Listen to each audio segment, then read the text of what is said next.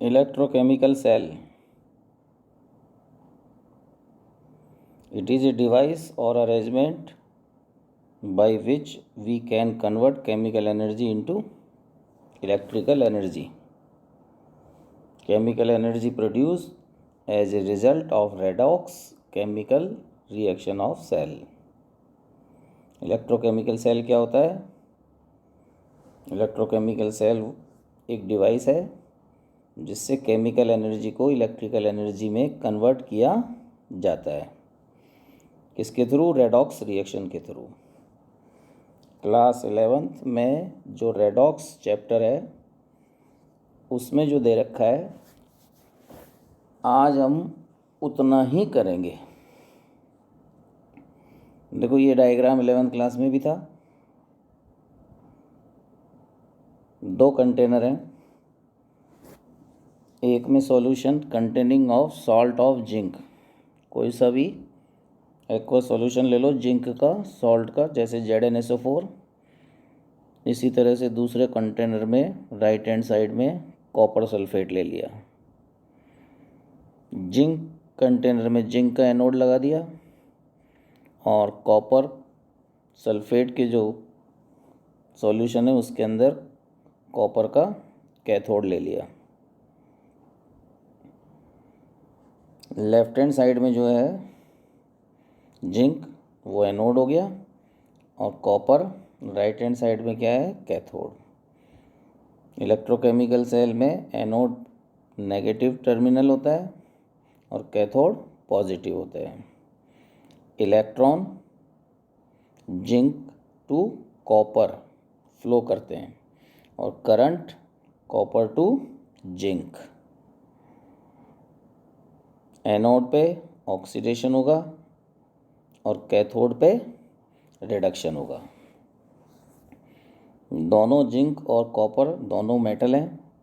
Zinc की reactivity copper से ज़्यादा है, इसलिए जिंक का रिडक्शन होगा और कॉपर +2 आयन का कॉपर में रिडक्शन होता है.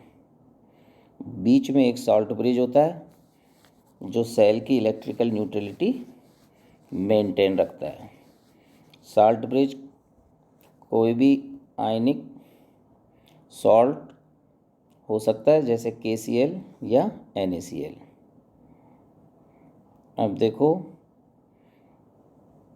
Left hand side metal to metal ion oxidation occurs. Anode negative. Zinc to Zn+2+2 electron.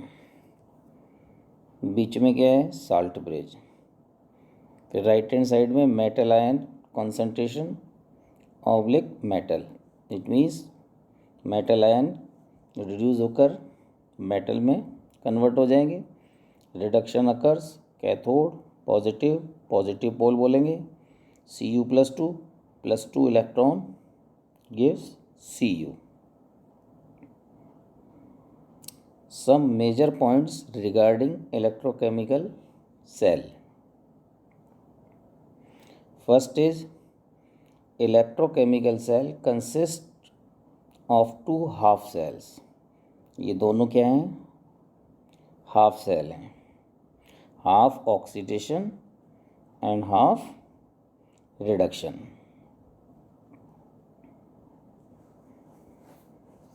Electrochemical cell consists of 2 half cells. The half cell in which oxidation occurs is called oxidation half cell, which is called anode.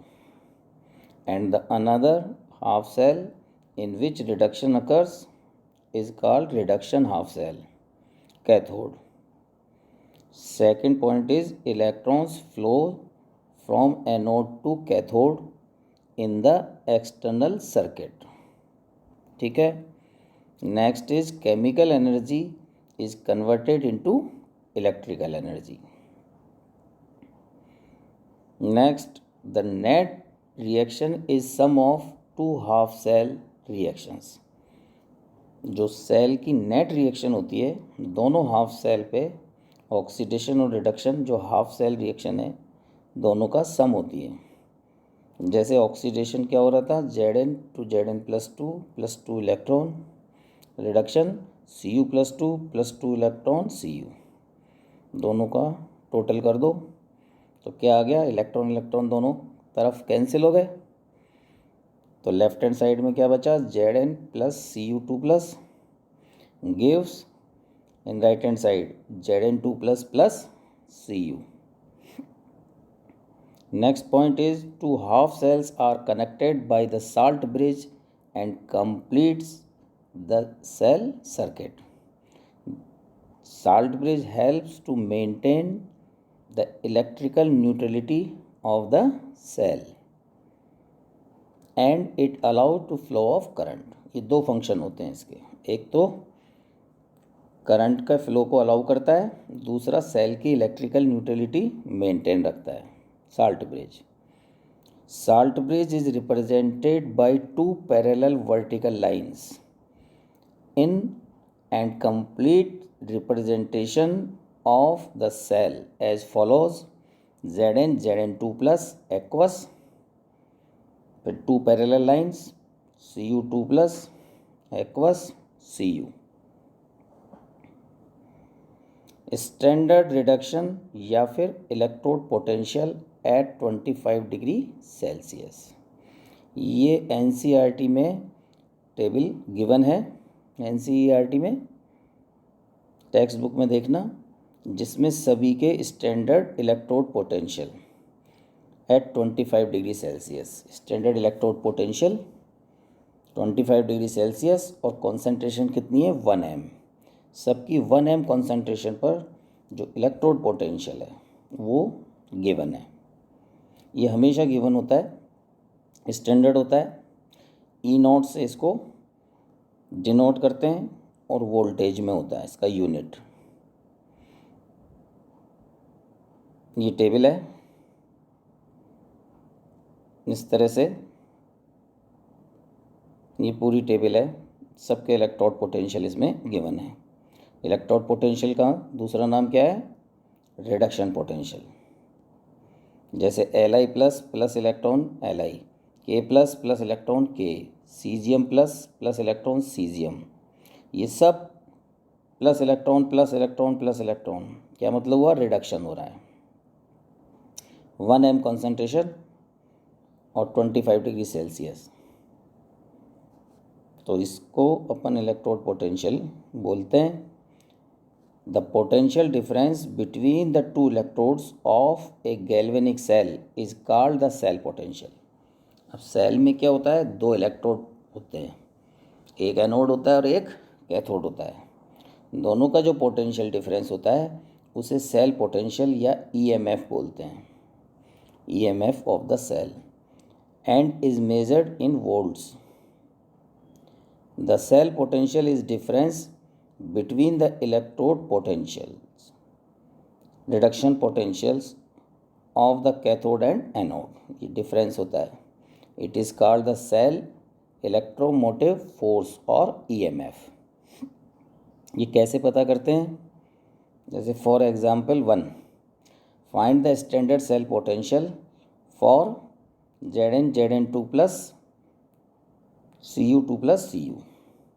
ये cell का representation हो गया. Zinc क्या है, anode, copper क्या है, cathode, और बीच में क्या है, साल्ट ब्रिज. अब ये कैसे निकालते हैं कि E0 सेल, E0 सेल क्या हो गया, सेल पोटेंशियल. तो E0 cell is equal to E0R minus E0L. इसका मीनिंग है standard electrode potential of right minus electrode potential, standard electrode potential of left, या standard cell potential is equal to E0 cathode minus E0 anode. Right में क्या था, cathode, left में क्या था, anode.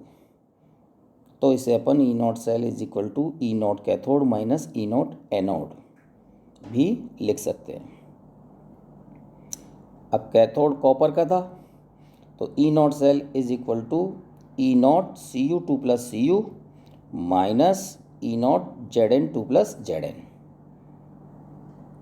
क्या मतलब हुआ, standard cell potential is equal to standard electrode potential of copper minus standard electrode potential of zinc.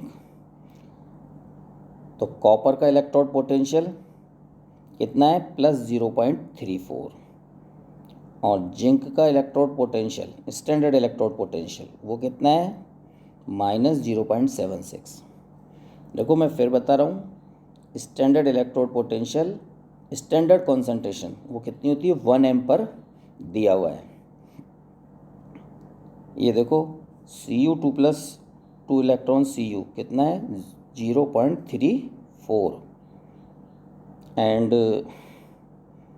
Zinc का कितना है, Zn2+2 इलेक्ट्रॉन जिंक -0.76। तो एनोड पे तो हो गया -0.76 और कैथोड का हो गया 0.34, ये जो बोल्ड लेटर में दिख रहा है। तो दोनों को माइनस कर दिया, तो 0.34 में से माइनस किया अपन ने कितना, -0.76, तो माइनस माइनस क्या हो जाएगा, प्लस। तो नेट स्टैंडर्ड सेल पोटेंशियल कितना आ गया, 1.1 वोल्ट। इट मीन्स अगर जिंक और कॉपर का इलेक्ट्रोड लेकर अगर अपन एक सेल बनाएं तो उस और दोनों में जिंक सल्फेट और कॉपर सल्फेट की कॉन्सेंट्रेशन 1 m रखें तो सेल का पोटेंशियल कितना आएगा, 1.1 volt. Similarly example 2, find the standard cell potential for Cu2+ aqueous and Ag+ aqueous to Ag। तो वैसे ही निकालेंगे, कैसे कि E0 cell is equal to E0 R minus E0 L, और E0 cell is equal to standard electrode potential of copper minus standard electrode potential of anode, या E0 cell is equal to standard electrode potential of silver minus standard electrode potential of copper. तो silver का कितना है, +0.80, और copper का कितना है, 0.34, तो कितना आ गया, 0.46 वोल्ट।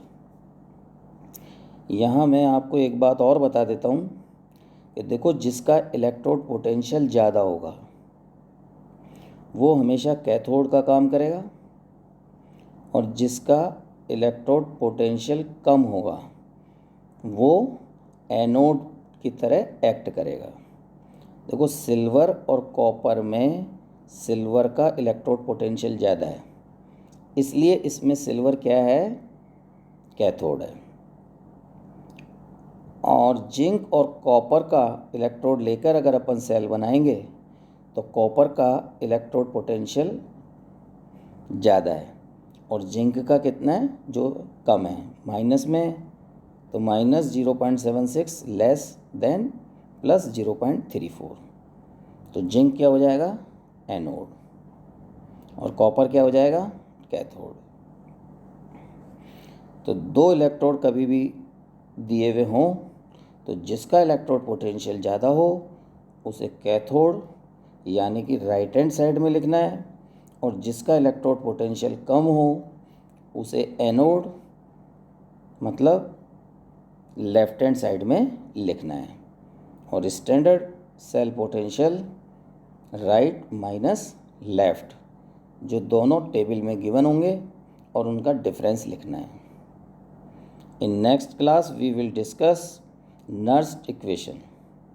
ये क्या होगी, calculation electrode potential and cell potential at given concentration. अभी तो ये स्टैंडर्ड कंसंट्रेशन 1 m पे था, अब किसी भी कंसंट्रेशन पे सेल का पोटेंशियल कैसे निकालेंगे उसे नर्स्ट इक्वेशन से अपन पता करेंगे, जिसे कल बताएंगे।